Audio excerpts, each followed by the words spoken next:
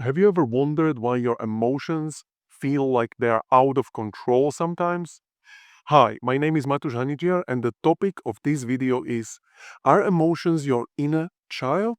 The secret to healing anger and trauma.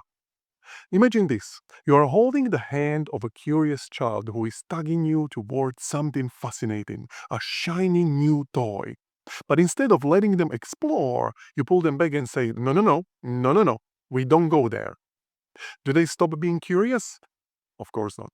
They push harder, pulling, screaming, throwing tantrums until you can't ignore them anymore. This is exactly how your emotions behave, like your inner child.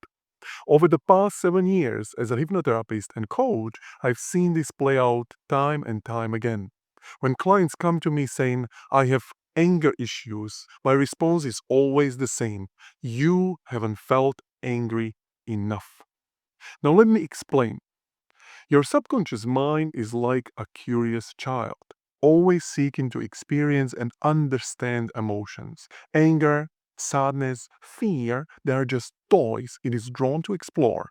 But when you suppress these feelings, especially anger, it is like yanking the child away. Imagine an emotional anger scale between 0 and 10, where 0 is calm and 10 is full blown rage. Most people with anger issues operate in a constant state of partial suppression, somewhere between 5 and 8.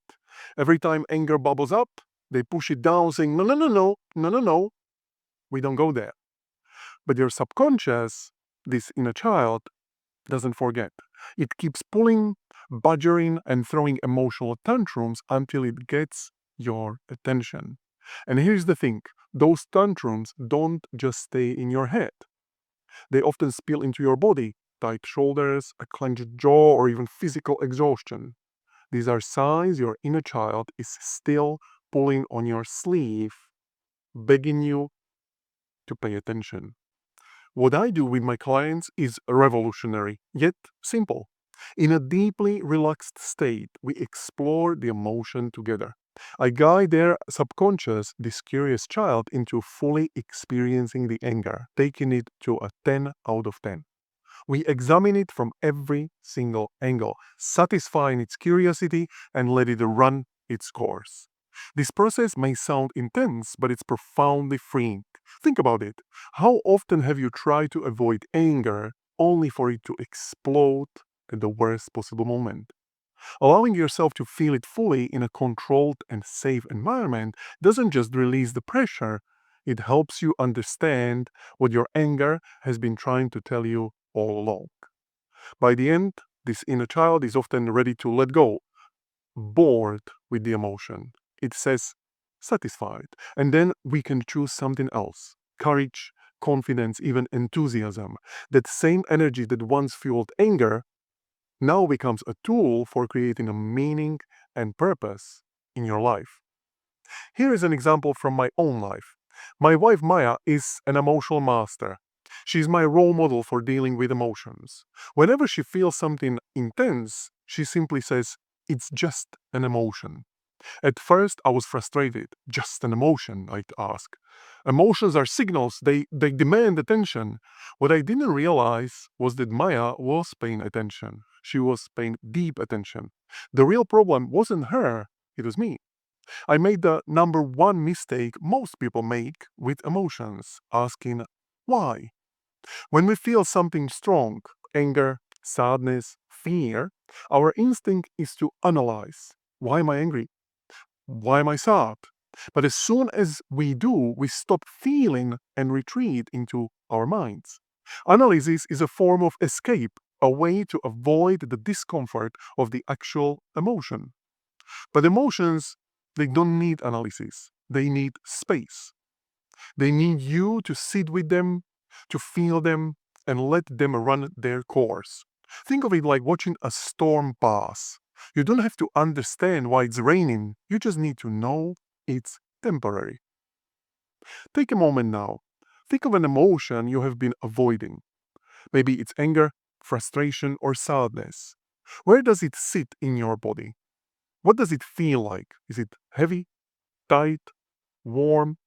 Emotions are physical sensations, and when we treat them like our inner child, we can begin to heal. A child doesn't need you to dismiss their curiosity or push them away. They need comfort, they need patience, and someone to guide them. They need to feel heard and seen. Ignoring a child doesn't make their curiosity go away, it makes them feel unseen. The same goes for your emotions. This is where true healing begins.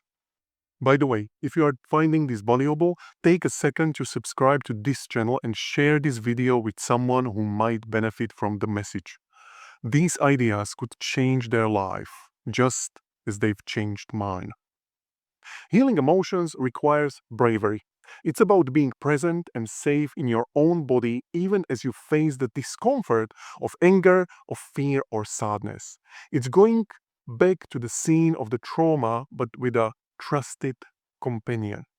One of the biggest lessons I have learned as a hypnotherapist is this: you often can't heal alone.